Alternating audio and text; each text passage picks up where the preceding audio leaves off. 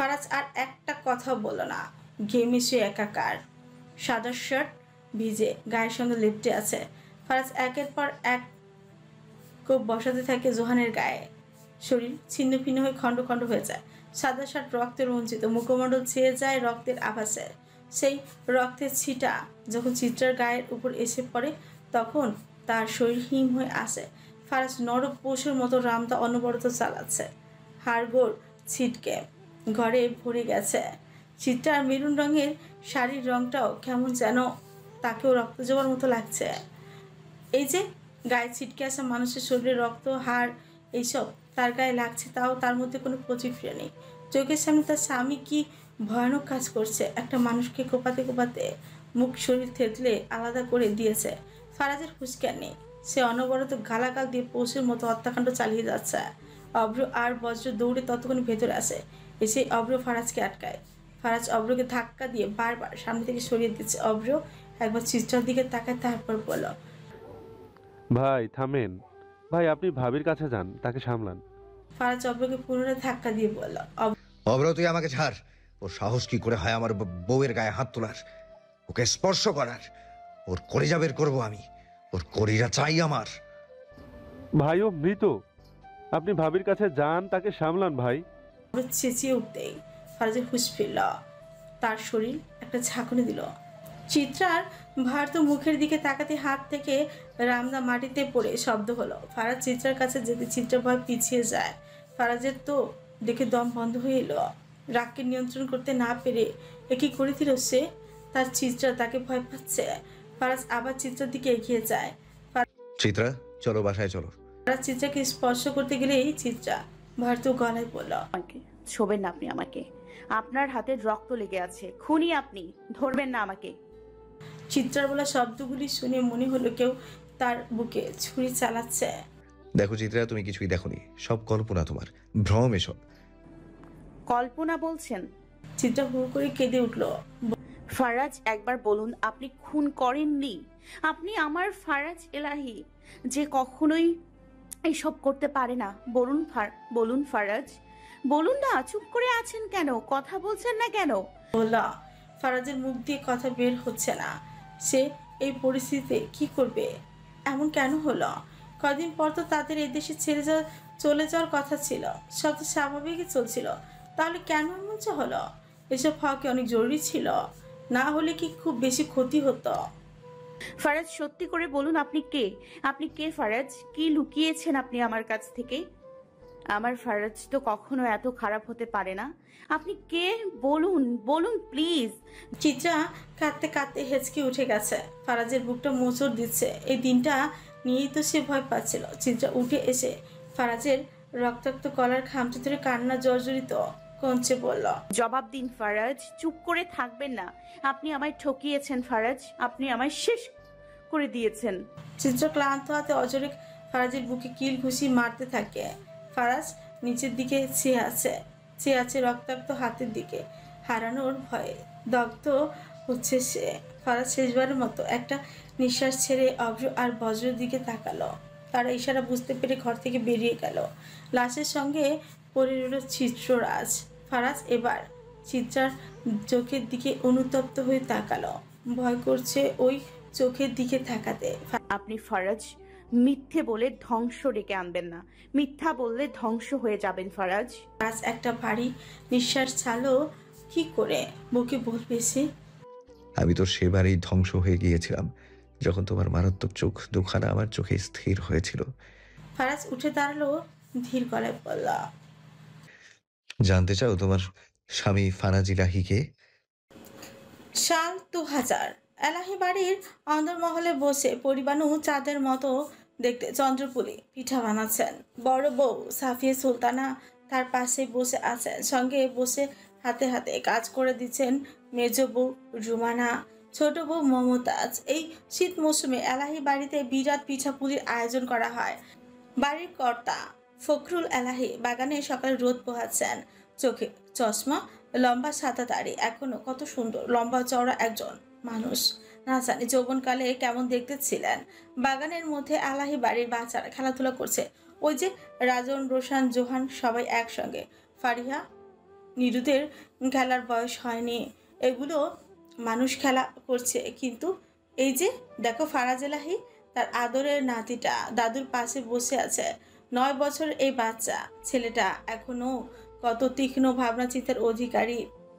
তাই তো ফখরুল তার এই নাতিকে একটু বেশি ভালোবাসেন। একেবারে আকাশ থেকে নেমে আসা একটা তুষারের রাজপুত্র যেন। ফারাজ এলাহির বাবা ফরহাদ এলাহি এই বাড়ির বড় ছেলে, তবে মেজর ছেলে সুলেমান তার আগেই বিয়ে করে ফেলেন, তাও প্রেম করে বিয়ে। পেটে রাজন আসার পর বউ নিয়ে বিয়ে শাদী করে বাসায় হাজির হন বড় বউ সাফিয়ে আর ছোট বউ মমতাজ। ফখরুলের পছন্দের এই দুইজনকে নিজে পছন্দ করে বাড়ি এনেছেন। ফখরুল যখন কাজের সূত্রে ডেনমার্ক যান, সেখানেই মুসলিম সম্ভ্রান্ত পরিবারের মেয়ে সাফি তার পছন্দ হয়। মনে মনে ঠিক করেন ফারহাদের সঙ্গে এই মেয়েরই বিয়ে দিবেন। ওই মেয়ের আবার বাবা ডেনমার্কের হলেও মা বাঙালি। বাংলা ভাষা তার যে কি দক্ষতা! অনেক আলাপ আলোচনা করে বড় করে আয়োজন করে তবেই ওই দেশের মেয়েকে ফখরুল এলাহি এই দেশে বিয়ে করিয়ে আনেন। ফখরুল এলাহি ডেনমার্কে মাছের ফ্যাক্টরি আছে, কত বড় পরিবার, তাকে কি আর মেয়ের বাড়ির লোক না করতে পারে? তবে বিয়ের 10 বছর পর ফখরুল এলাহি আন্দাজ করতে পেরেছেন তার জীবনে অনেক বড় ভুল করে ফেলেছেন। সাফিয়ের জীবনটা নষ্ট করেছেন।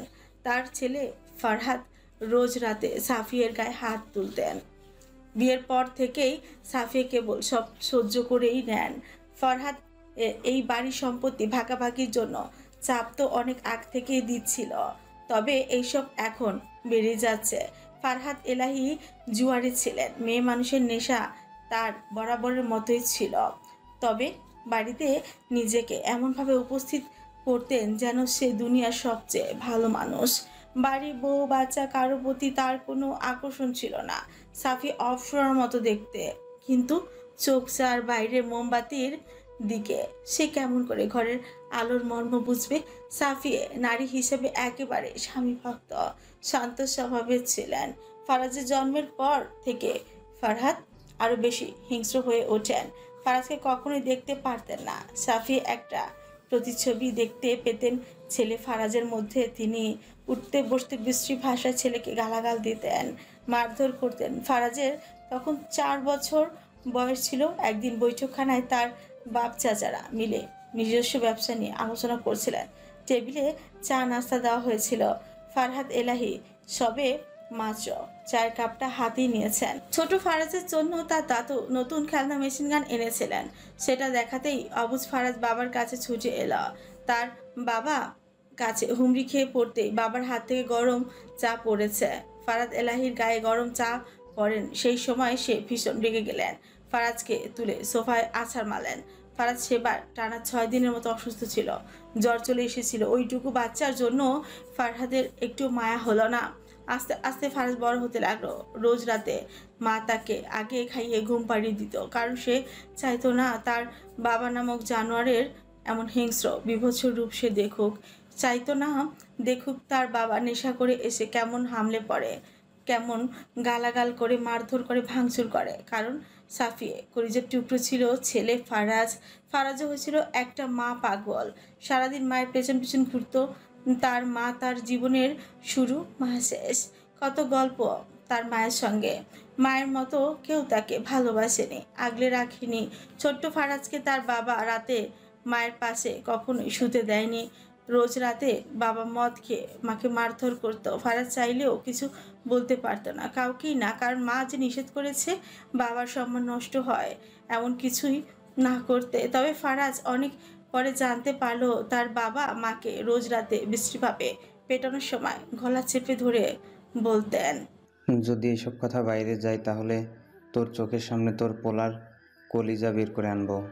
ফারাজ বড় হয়েছেই বাবার মুখ থেকে রোজ রাতে কলিজা বের করার কথা শুনে ভয়ে সে চোখ বন্ধ করে রাখতো, কানে হাত দিয়ে রাখতো, যেন পাশের ঘর থেকে সেই শব্দ তার কানে না পৌঁছায়। তবুও ভয় যে কাজেরই। সেদিন রাতের কথা, বাসায় ফখরুল এলাহির সঙ্গে ফারহাত এলাহির জায়গায় সম্পত্তি নিয়ে ঝামেলা হয়। পরদিন সকালবেলা ফখরুল এলাহি দুনিয়ার মায়া ত্যাগ করে পরলোকে চলে যান। তবে যেই দলিলের জন্য এলাহি বাড়ির জন্য এত ঝামেলা, সেই সম্পত্তি নাতি ফারাজ এলাহির নামে লিখে নিজের অজান্তেই তাকে ধ্বংস করে দিয়ে যান ফখরুল। ফারহাত জানতেন সেই দলিল সাফিয়ের নামে, তাই দলিল নিজের নামে পাওয়ার জন্য তিনি নতুন বুদ্ধি করেন। সাফিয়ের সঙ্গে ভালো আচরণ, ভালো রূপ নিয়ে হাজির হন। সাফিয়া জানতেন তার স্বামী নারী দোষ, জুয়া, টাকা ওড়ানোর নেশাপাতির অভ্যাস ছিল। তবে কখনোই জানতে পারেননি স্বামী তার মানুষ তুলে এনে পাচারকারীদের হাতে তুলে দেওয়ার ব্যবসায় আসল প্রতিষ্ঠাতা। সঙ্গে সুলেমান এলাহি, জুনায়েদ এলাহিও জড়িত। সাফি ভেবেছিল তার সুখের দিন শুরু। সে রাতেই কথা, তালুকদার বাড়িতে অনুষ্ঠান ছিল। তার বাবার ব্যবসার সবচেয়ে বড় পার্টনার ছিল তালুকদার বাড়ির মানুষ। মা জানতেন তালুকদার বাড়ির ছেলে ফারহাত এলাহির ঘনিষ্ঠ বন্ধু, তবে জানতেন না ওই বাড়ির নারীরা পুরুষদের জঘন্য কাজে এত গর্ববোধ করত। কত গর্বের কাজ! স্বামী মেয়ে মানুষ মারে, ধর্ষণ করে, তার জিম্মি করে, পাচারকারীদের হাতে তুলে দেয়। ফারাজ বাবাকে কখনোই পছন্দ করতো না। বাবাকে দেখলে চোখের সামনে ভয়ানক গা গোলানো সব দৃশ্য চোখের সামনে ভাসত। মায়ের শরীরে গরম ফুটন্ত পানি ঢেলে দেওয়া, মাছ বাজার তেলের কড়াইতে হাত চুবিয়ে দেওয়া, বাবা এসব করে আনন্দ পেতেন। তার নাকি খুব শান্তি লাগতো। ফারাজ তাই বাবাকে একটু পছন্দ করতো না। মা তার গান গাইতে পারতো বেশ। 3 তলা একটা রুম ছিল। বউ হয়ে এই বাড়িতে আসার সময় মা তার পিয়ানো নিয়ে এলো সঙ্গে করে। মায়ের কি সুন্দর গানের গলা! ফারাজের তো মায়ের কাছ থেকেই গান শেখা। সেই রাতে মা অনেক সুন্দর করে সেজেছিল। মায়ের পছন্দের রং ছিল মেরুন। ফর্সা শরীরে ওই রঙে তাকে যে মানাতো না, সেই রঙে মাকে দেখেই ফারাজের পছন্দের রং হয় মেরুন। ওই রাতে মাকে একটু বেশি সুন্দর দেখাচ্ছিল। কি নিষ্পাপ সাদাসিধা একজন নারী সে। স্বামীর একটু ভালোবাসা পেয়ে 10 বছরের সব দুঃখ এক নিমিষে ভুলে গেলেন স্বামী যে তার বিয়ের রাতে পাসপোর্টটা পুড়িয়ে দিয়েছিল। বাবার মৃত্যুর খবর পেয়েও তাকে শেষ দেখা দেখতে দেয়নি। সেই সময় আফসোস করেছিলেন, এক দেশ রেখে অন্য দেশের বউ হওয়ার আফসোস। মায়ের একজন সহচর ছিল জুনায়েদ এলাহির স্ত্রী মমতাজ। দুজনের মধ্যে এত মিল। মায়ের পর যদি ফারাজকে কেউ ভালোবাসতেন, বুকে আগলে রাখতেন, তিনি সেই মমতাজ। এই বাড়ির কাজের বয়স্কা মহিলা লতা মণি তাদের মতোই ফারাজের আপন ছিলেন। দাদু বলে ডাকতেন, কিংবা বেশিরভাগ সময় মণি। ফারাজকে দুষ্টুমি করে জামাই বলেই ডাকতেন। ফারাজও বলতো, বড় হলে তোমায় বিয়ে করবো আমি, তুমি আমার বড় বউ। তালুকদার বাড়িতে যাওয়ার সময় মা ফারাজকে তৈরি করে দেয়। সেখানে গিয়েও সে ভাবতে পারেনি আজকে তার পৃথিবীর শেষ দিন। আজকে তার পৃথিবীতে শেষ দিন। এটাই শেষ সাজ। তার সুখের গল্প শুরু নয়, বরং দুঃখের গল্পের সমাপ্তি হতে চলেছে। সেদিন আয়োজন করে তালুকদার বাড়ির উঠোনে মাকে শেষ বিদায় দেওয়া হয় কেবল সম্পত্তি আর সম্পত্তির বিষাক্ত লোভে। বাড়ির পুরুষরা মিলে মদের আয়োজন করে, নেশার আয়োজন করে।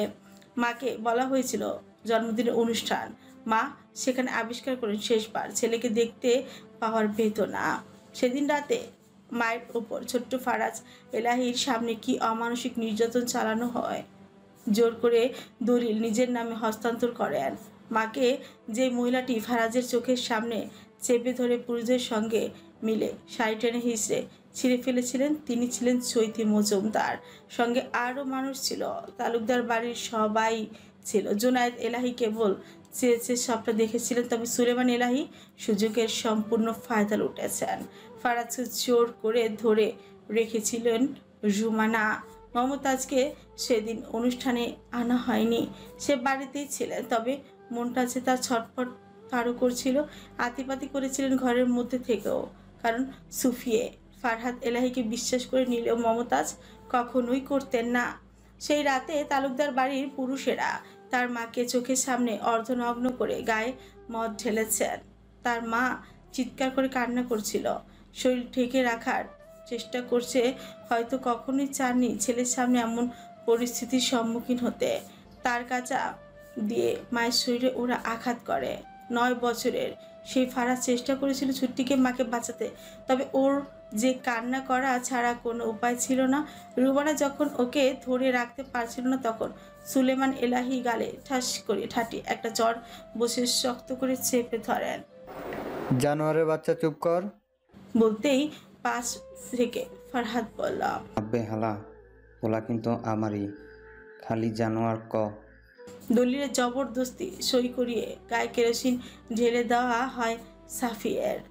একে আর এলাহি বাড়ির মানুষদের কোনো দরকার নেই। ততক্ষণে সাফিয়ে জেনে গিয়েছে তার স্বামী দেবরের ব্যবসাকে। রুমানা সব মেনে নিয়েছিল বলে সে তাদের কাছে ভালো। সাফিয়ের তখন দম ফুরিয়ে এলো, নাক মুখ দিয়ে রক্ত পড়ছে, তবুও শেষ পর্যন্ত সে আর্তনাদ করে বলেই গেছে, আমার ছেলেকে ছেড়ে দাও, ও নিষ্পাপ, ওকে কিছু করো না। মা ছেলের আর্তনাদ সেদিন কেউ দেখেনি। ফারাজের মা মা বলা একটা চিৎকার সাফির অন্তরে জ্বালা ধরিয়ে দিচ্ছিল। ফারহাদ সিগারেট ধরিয়ে ধোয়া ছালো সাফিয়ে টেনে তুলে গাছের সঙ্গে বেঁধে দিল। সাফিয়াকে টেনে তুলে গাছের সঙ্গে বেঁধে দিল। পৃথিবী জঘন্য। স্বামীর পরিচয় দিয়ে হাতের দেয়াশলাই থেকে আগুন ধরিয়ে কাঠিখানা ছুঁড়ে ফেলল সাফিয়ার দিকে। আগুন দাউ দাউ করে জ্বলে উঠল। জীবন্ত মানুষটা বাঁচার জন্য ছটফট করছিল, চিৎকার করছিল। সবাই সেই দৃশ্য দেখে কেবলই হেসে যাচ্ছিল। কেউ বাঁচাতে এলো না, কেউ না। মাংসের পোড়া গন্ধ তখন বাতাসে, শরীর থেকে মাংস ক্ষয় ক্ষয় পড়ছিল, গলে যাচ্ছে চোখের সামনে। লম্বা চুলগুলো পুড়ে ছাই হয়ে গেল। সাফিয়ের জীবনের শেষ বিদায় ঘটল ছেলেকে বাঁচাতে না পারার আক্ষেপ নিয়ে। শেষ সময় তিনি চিৎকার করে হয়তো ছেলেটাকে ছেড়ে দেওয়ার কথাই বলতে চাইছিল, কিন্তু পারছিল না। জীবনের সাজানো স্বপ্ন নিমিষে পুড়ে ছারখার হয়ে গেল। ফারাজ এলাহির জীবনের সবচেয়ে বড় ভয়ানক দিন, সবচেয়ে ব্যর্থতায় ভরা দিন ছিল সেই দিনটা। মাকে চোখের সামনে পুড়ে মরতে দেখলো, অথচ এই মা তাকে প্রতিটি আঘাত থেকে রক্ষা করে গেছেন সারা জীবন। শেষ মুহূর্তে কি মায়ের এটাই প্রাপ্য ছিল? জ্বলসে যাওয়া দেহ কুকড়ে গেল। সব শেষ হতেই ফারাজকে মুক্ত করে দেওয়া হলো। ফারাজ মায়ের ঝলসে যাওয়া দেহের কাছে গিয়ে পাথর বনে রইল। এটি কি আসলে তার মা? সে কেন চিনতে পারছে না? আসলে আকৃতি এত বিভৎস হয়ে গেল যে চিনতেই পারল না। ওইটুকুন ফারাজ নিষ্ঠুরতা তখনও যে শেষ হয়নি। সুলেমান এলাহি ফারাজের দিকে একবার চাইল, তারপর ফারহাদকে জিজ্ঞেস করল, ভাই এখন বাসায় যাইবেন না? আপনার পোলার চোখে তো আগুন জ্বলতেছে, রক্ত কিন্তু আমাগই। এই দিনের কথা ভইলা যাইব না মনে হয়। কি করবেন? ওর ব্যবস্থা করা শেষ, ওরে আমি বেচ্চা দিলাম, ইতালি পাচার হইব, লোক এসে একটু পরে নিয়ে যাইব। ফারাজ সেদিন মায়ের পোড়া লাশকে শক্ত করে চেপে ধরে বসেছিল। মায়ের হাড় গোড় আলাদা হয়ে গেছে, সব শেষ। সেই সবই ফারাজ আঁকড়ে ধরে বসেছিল। কোথাও যাবে না সে তার মাকে রেখে। মায়ের পা ধরতেই বাবা তার মুখের উপর লাথি মারল। ফারাজ চারিদিকে তাকিয়ে দেখলো কত কত মানুষ, কেউ এলো না তাকে বাঁচাতে। ফারাজ কেবল অসহায়ের মতো কাঁদল, কেঁদেই চলল।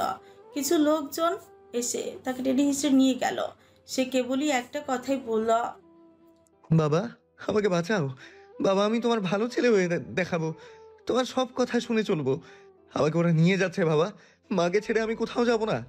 বাবা রাতে মায়ের গল্প না শুনলে আমি ঘুমোতে পারি না। মা আমার পড়ে আছে বাবা, মাকে ছাড়া কোথাও যাব না আমি। ফারহাদ ছেলের দিকে ফিরেও তাকালেন না, কানে নিল না কোনো কথা। পৃথিবীর সবচেয়ে ঘৃণিত মানুষ হিসেবে নিজের পরিচয় দিয়ে বাস্তবতার জঘন্য খেলায় সন্তানকে ঠেলে দিলেন।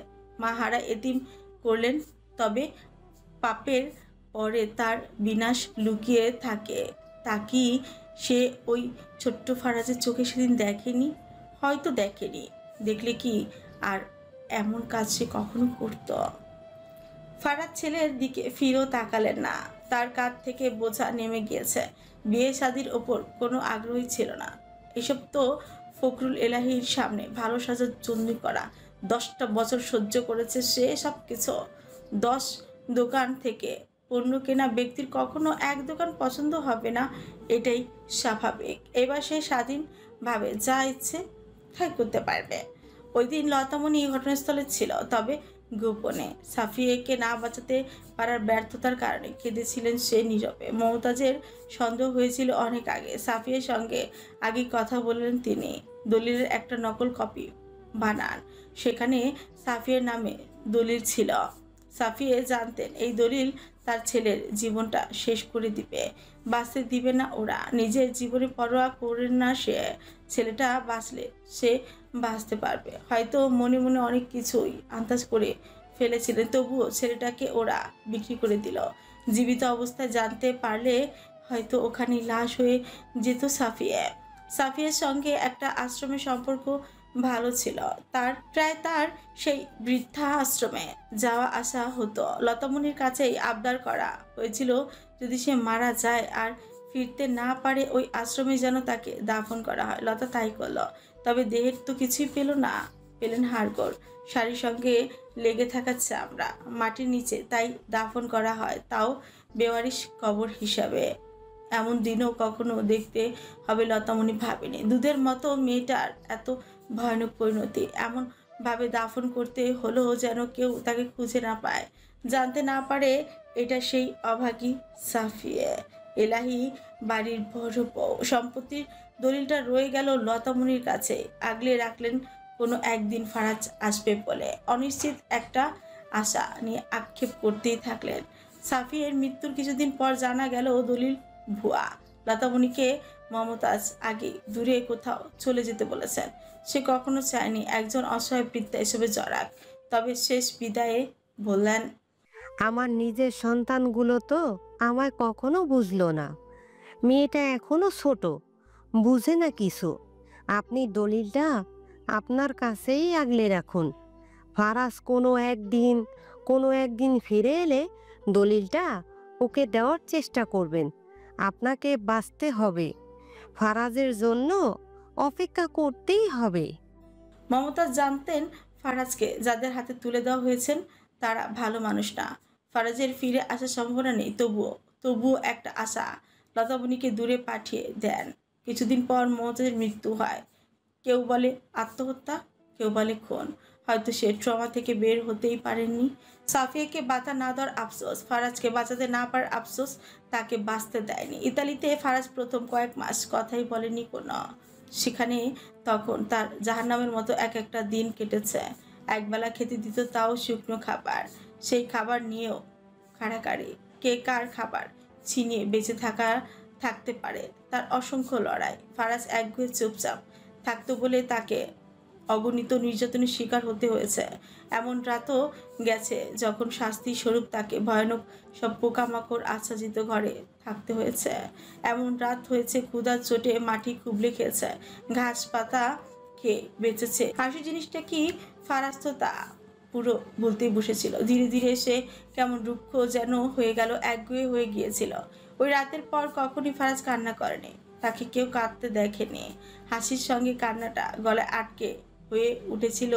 সে এক অন্য মানুষ। কিছুদিন পর ফারাজ ইতালির বড় একজন স্মাগলারের হাতে পড়ে। সে কেবল অস্ত্র আর নেশাদ্রব্য পাচার করতেন। স্ত্রী সন্তান ছিল না। শোনা গিয়েছিল বোমা হামলায় তারা মারা গিয়েছে বহুত আগে।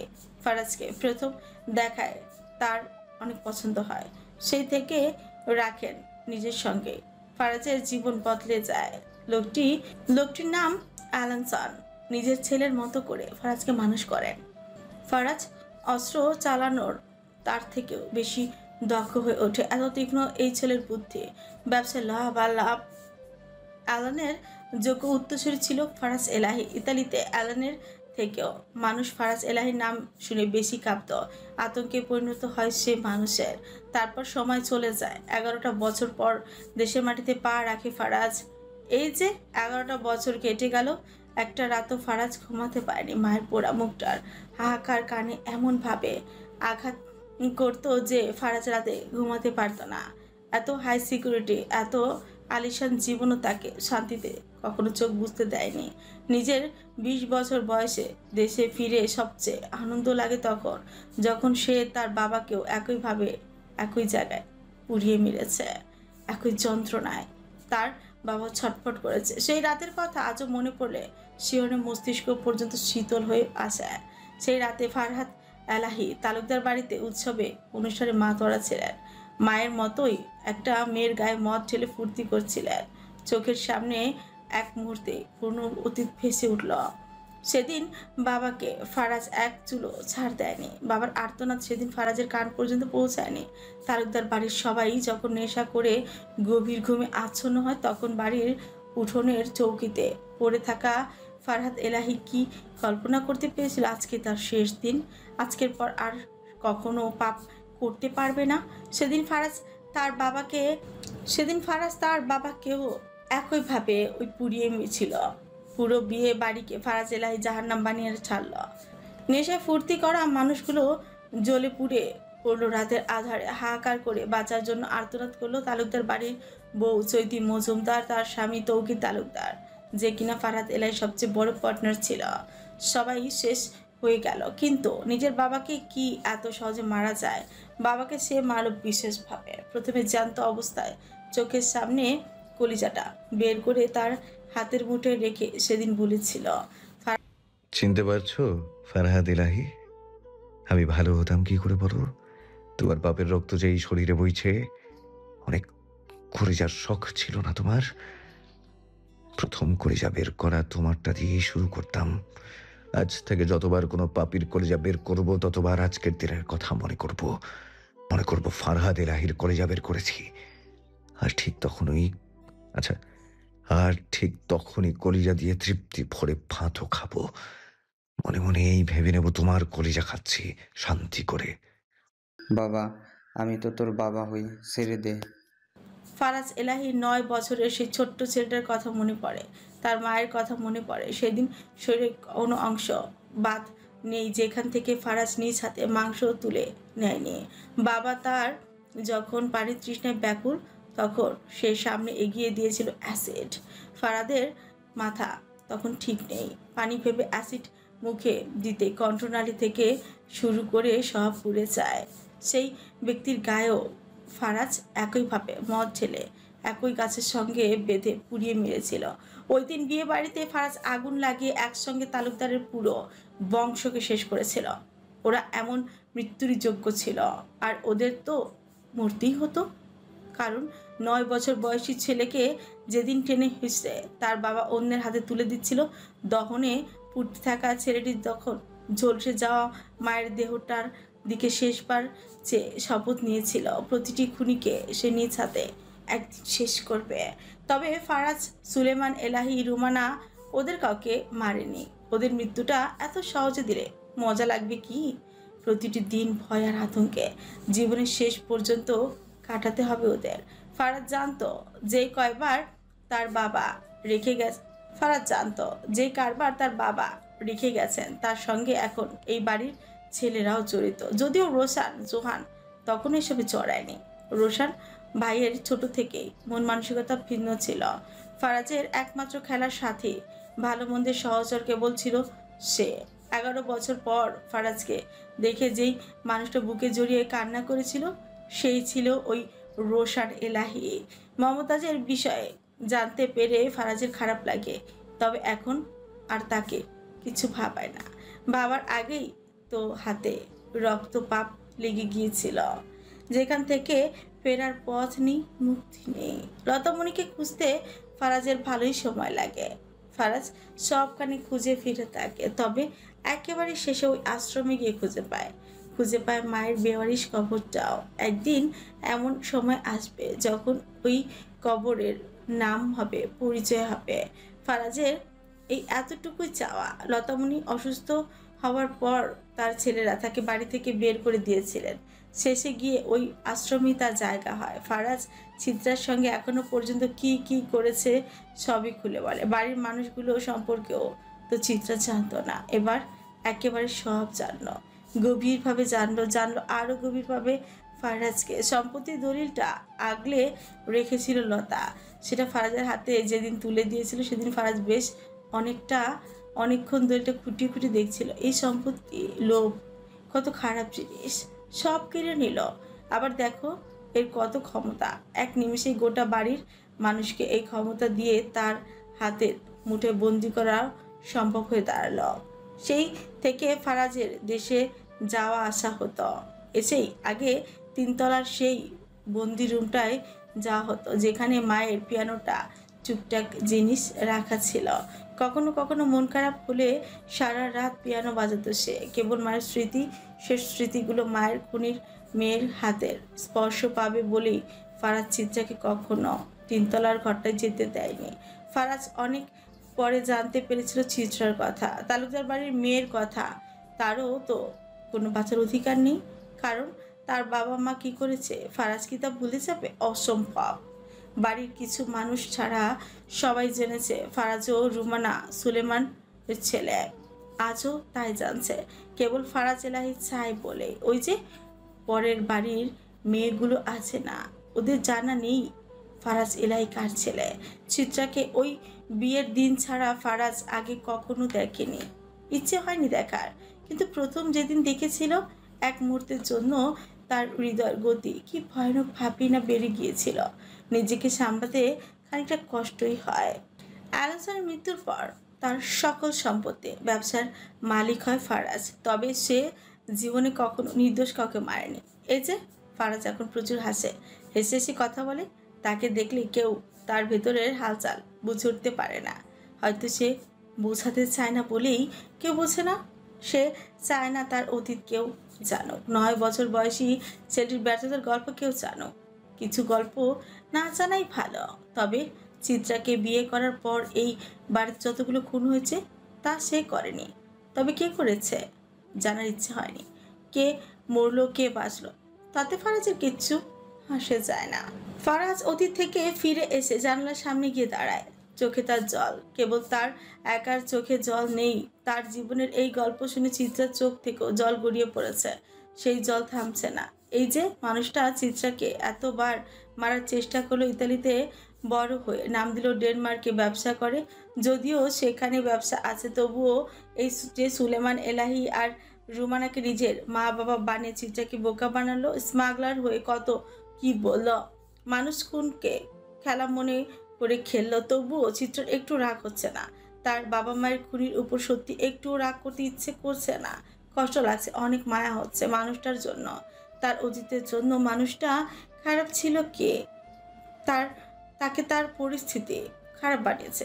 মানুষটা খারাপ হলে কি দেশ বিদেশে এতগুলো আশ্রম চালাতো? যে মানুষগুলোর দুনিয়া দেখার জন্য চোখ নেই, তাদেরকে চোখ দান করতো, চিকিৎসা করাতো। মানুষের এক পাতায় খারাপ দিক থাকলে অন্য পাতায় ভালো দিক থাকে। এখন জনগণের ইচ্ছে তারা খারাপটাকে পড়বে নাকি ভালো। মানুষটা কেবল চিত্রাকে ভালোবাসে বিধায় না জানি কত রাত নিজেকে কষ্ট দিয়েছে, কত রাত একা যন্ত্রণা সহ্য করেছে।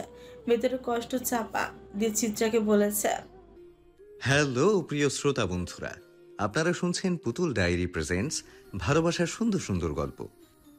আমাদের কাজকে আরো সুন্দর করার জন্য আপনাদের উৎসাহ প্রয়োজন। আপনাদের উৎসাহ আমাদের অনুপ্রেরণা। ধন্যবাদ। ভালো আছি। হায়রে পুরুষ মানুষ। তবে চিত্রাকে খুন করতে বুঝি এত আয়োজন দরকার ছিল? মুখে বললে চিত্রা তার মৃত্যু সঁপে দিত ফারাজের পদতলে। চিত্রা কি করে ফারাজকে বোঝাবে, বুঝিয়ে বলবে? তোমার তীক্ষ্ণ চাহনি ছিল আমায় খুনের প্রথম অস্ত্র। যে প্রথম চাহনি দিয়ে চিত্রাকে ভেতর ভেতর ভালোবাসা দিয়ে খুন করেছিল, তার কি এত অস্ত্র ব্যবহার করার, এত পরিকল্পনা করার দরকার ছিল? ফারাজের সম্পর্কে একসঙ্গে এত কিছু জেনে কেমন যেন শেষ হয়ে যেতে ইচ্ছে করছে। মানুষটা তাকে ভালোবেসে, কিন্তু মানুষটা তাকে ভালোবাসে, কিন্তু তবুও সে খুনি, তবুও সে তার পরিবারকে হত্যা করেছে। চিত্রার সারা শরীর রক্ত লেগে আছে, রক্তের গন্ধে বমি আসছে। এসব কি দুঃস্বপ্ন? তাই যেন হয়। এত কিছু একেবারে নেওয়া সম্ভব হচ্ছে না, একদমই না। এমন অসুস্থ জীবন তো চায়নি চিত্রা কখনো। ফারাজ চিত্রাকে তুলতে চাইলে চিত্রা ছিটকে দূরে সরে যায়। ফারাজ কেবল এমন একটা মুহূর্তই যেন কখনো জীবনে আসে না আসে, তাই তো এত কিছু করেছে। এক মুহূর্তের মধ্যে ধরনী তার সম্মুখে ফিকে হয়ে গেল। ফারাজ কাপা গলায় বলল, আমি তো তোমায় আগুনে পুড়িয়েছি বিবিজান, এই পাপের শাস্তি কি? চিত্রা একটা ঢোক গিলে শান্ত গলায় শান্ত দৃষ্টিতে বলল, ফারাজের দিকে চেয়ে বলল, আপনি আমায় আগুনে পোড়াননি, পুড়িয়েছেন ভালোবাসায়। চিত্রা চুপ করে রইল। ফারাজ কিছুক্ষণ পর পুনরায় বলল, এখন আর বাঁচতে ইচ্ছে করছে না। তোমার নীরবতা আমাকে খুন করে ফেলছে চিত্রা। আপনি তো বেঁচেই থাকতে চান না, তাই না? হয়তো, কিন্তু এইভাবে মরতেও চাইনি তোমার চোখে ঘৃণার পাত্র হয়ে। ঘৃণা তো তাকে করা যায় যাকে কখনো মন ভালোই বাসেনি। আপনাকে কি করে ঘৃণা করি ফারাজ এলাহি? ফারাজ চিত্রাকে স্পর্শ করতে গেলেও সে পুনরায় সরে যায়। এ কেমন যন্ত্রণা! শোবেন না আমায়। আপনার অতীত ভয়ানক, তবে তার চেয়েও ভয়ানক আপনি নিজে। আপনার মতো পাপীর অধিকার নেই আমাকে ছোঁয়ার। চিত্রাঙ্গনা। চিত্রা হঠাৎ ফারাজের দিকে ফিরে নিঃশব্দে অথচ দৃঢ় কণ্ঠে বলল, আপনি আপনি কি একটু বাইরে যেতে পারবেন? আমি একা থাকতে চাই। তার কণ্ঠে গভীর ক্লান্তি, এক অদৃশ্য বেদনার গুঞ্জন ছিল যে ফারাজ চাইলে উপেক্ষা করতে পারল না, কিন্তু পা যেন এগোতে চাইছিল না। চিত্রার চোখে তাকে সে বুঝলো এই মুহূর্তে তার সামনে দাঁড়িয়ে থাকা মানুষটি আর কোনো সান্ত্বনা নিতে সক্ষম নয়। শেষমেশ বাধ্য হয়ে সে দরজার দিকে এগোলো, তবুও প্রতিটি পদক্ষেপে সে পেছনে ফিরে তাকালো, যেন চোখে চোখ রাখতে চায়। যদি হঠাৎ ভেঙে পড়তে গিয়ে চিত্রা হাত বাড়ে, কিন্তু চিত্রা একবারও তার দিকে ফিরে তাকালো না, যেন আজ তাদের দৃষ্টি মেলানোটা মৃত্যুর থেকেও শোচনীয়। ভাঙা দরজাটা বন্ধ হওয়ার সাথে সাথে ঘরে এক অদ্ভুত শূন্যতা নেমে এলো। চিত্রার বুকের ভেতর জমে থাকা হাহাকার হঠাৎই বিস্ফোরণের মতো ফেটে বেরিয়ে এলো। কেন কেন এতবার তাকে মেরে শেষ করতে চাইলো, অথচ খুনির মেয়েকে আঘাত করলো না? কেন সেই নোংরা পরিবারের মানুষটিকে শেষ করলো না, যে ফারাজের জীবন থেকে কেড়ে নিয়েছিল তার মায়ের অস্তিত্ব? কেন এই নিষ্ঠুর পৃথিবী তাকে প্রতিশোধের ন্যায্য পরিসমাপ্তি দিল না? প্রশ্নগুলো উত্তরের ভার না নিয়েই মাথার ভেতরে আশ্রে পড়তে লাগলো। জোহানের নিথর দেহের কাছে গিয়ে নিজের চুল নিজের চিত্রা হাতের মুঠোয় করে টেনে ধরল, শাড়ির আঁচল শক্ত করে খামচে ধরল, যেন সেই কাপড়টুকু আঁকড়ে ধরে নিজেকে স্থির রাখতে চায়, কিন্তু শরীরের ওপর যেন নিয়ন্ত্রণ নেই। প্রতি ক্ষণে ক্ষণে কাঁপছে। হঠাৎ তীব্র এক ঝাঁকুনিতে তার সমস্ত অঙ্গ প্রত্যঙ্গ অবশ হয়ে যাচ্ছে। অবশেষে সে আর নিজেকে আটকে রাখতে পারল না, বুক ফেটে শব্দ করে কান্না বেরিয়ে এলো। এ যেন ক্রন্দনের ভিতরে প্রতিশোধের পিস অর্পণ ন্যায়ের ক্ষত, প্রতিশোধের পিস অপূর্ণ ন্যায়ের ক্ষত, আর নিজের অস্তিত্ব হারানোর হাহাকার। প্রতিটি শব্দে, প্রতিটি শ্বাসে ঘরটিতে জমে উঠল এক ভারী শোকের অন্ধকার। ফারাজ নদীর ঘাটে এগিয়ে এসে দাঁড়াতেই অভ্র তার কাঁধে হাত রাখলো, বলল, চিন্তা নেই ভাই, ভাবি আপনাকে ভালোবাসি।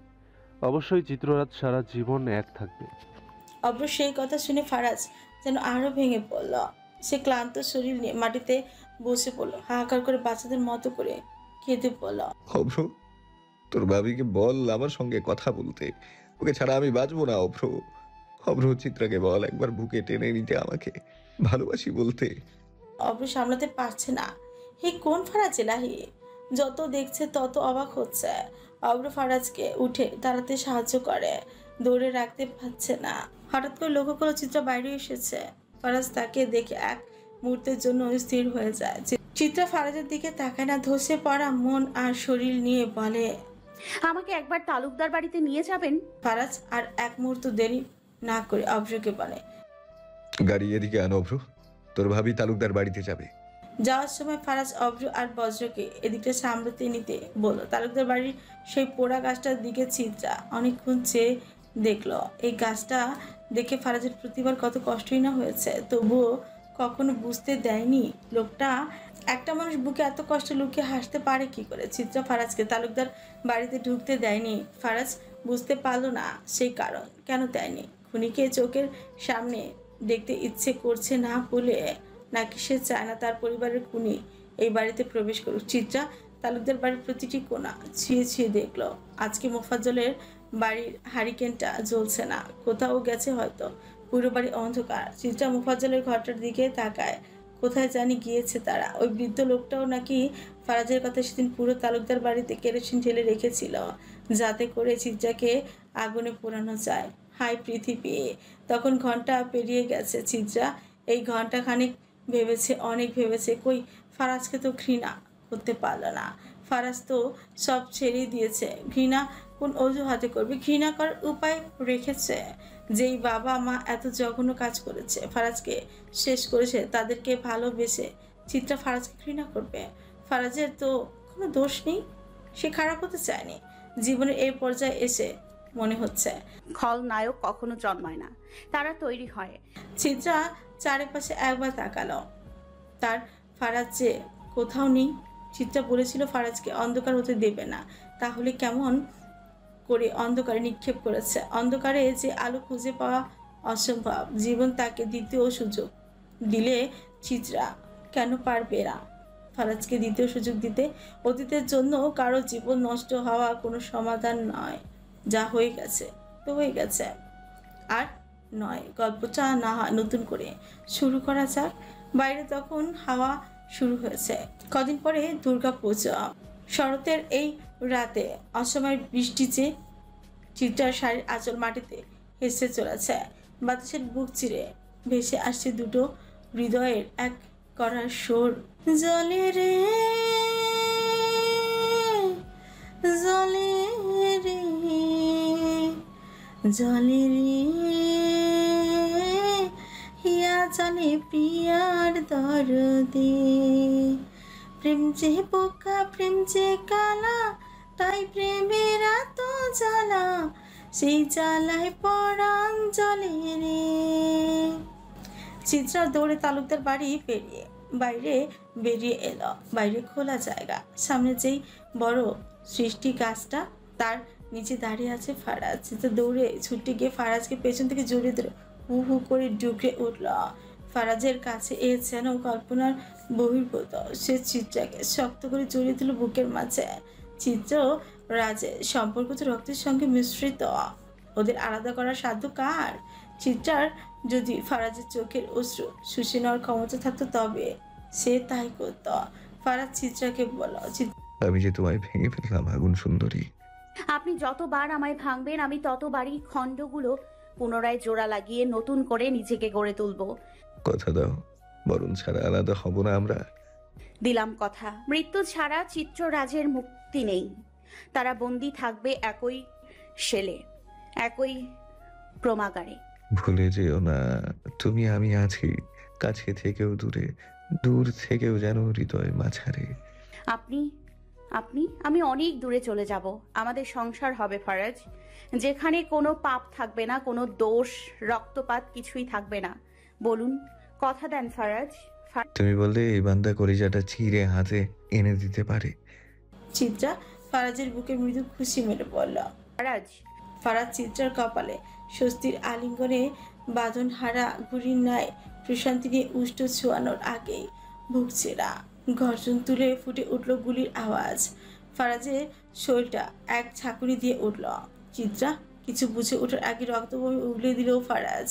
জ্বলে পড়ল চিত্রার শরীরে। মুষলধারে বৃষ্টি অঝরে চিত্রার চোখে জল হয়ে ধরনের বুকে পতিত হলো, ভিজিয়ে দিল চিত্ররাজকে। চিত্রা তখনও পাথর, সে বুঝে উঠতে পারছে না।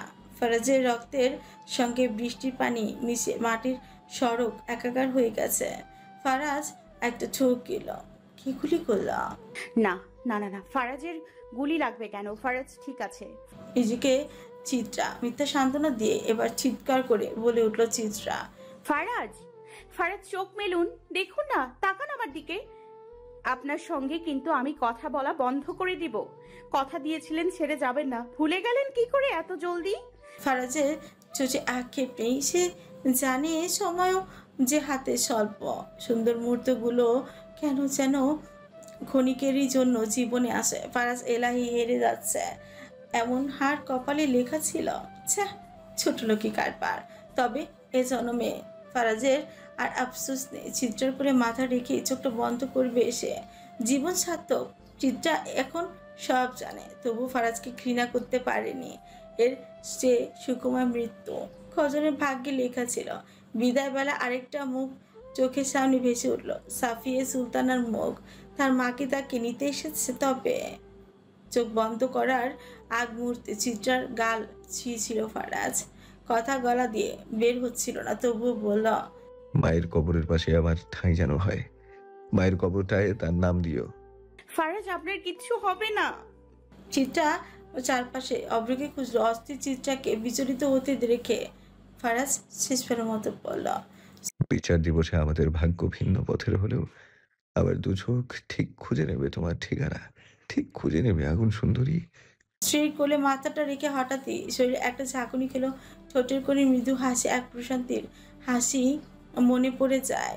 এই তো কদিন আগেই তো বলেছিলাম বেবিজারের মৃত্যুর খাটিয়া আমি বহন করতে পারবো না। খোদা যেন সত্যি সেই কথাই কবুল করেছে। আসলেই খোদা তো পাপী বান্দাদেরও দুয়ার থেকে ফিরিয়ে দেন না। ফারাজের দেহ ক্রমে শিথিল হয়ে এলো। শ্বাসের ভেতর থেকে যেন জীবন সরে যাচ্ছে। চোখ দুটো ধীরে ধীরে বন্ধ হয়ে এলো। চিত্রা তখনও বুক ফেটে চিৎকার করছে, অথচ চারপাশে কেউ নেই, কেউ আসছে না, কেউ নেই, কেউ বাঁচাতে আসছে না কেন কেউ। প্রকৃতির চিত্রার জীবনের ছবিটাকে এতটা অমলিন না রাখলেও তো পারত। এই বেলায় এত নিষ্ঠুর হতে হলো। আরেকটা সুযোগ দিলে কি হতো? এত বড় ক্ষতি হয়েছে তো কোনো? এই দুনিয়ায় তো সবসময় চিত্রার কাছ থেকে কেড়ে নিয়েছে তার প্রিয়জন, তার আশা, তার বেঁচে থাকার কারণ। অথচ সব ভুলেও তো সে একবার আবার নতুন করে বাঁচতে চেয়েছিল। নতুন আশায় আলোয় অন্ধের মতন বিশ্বাস করেছিল এই নিষ্ঠুর দুনিয়ার উপর। ফারাজ চোখটা বন্ধ করলো, তবে শেষবার অশ্রু ভেজা চোখে ঠোঁটের কোণে প্রশান্তির হাসি নিয়ে কাঁপা কাঁপা গলায় ফিসফিস করে বলল, বিবিজান, ভালোবাসা মরে না, আখিরাতে আবার দেখা হবে আমাদের।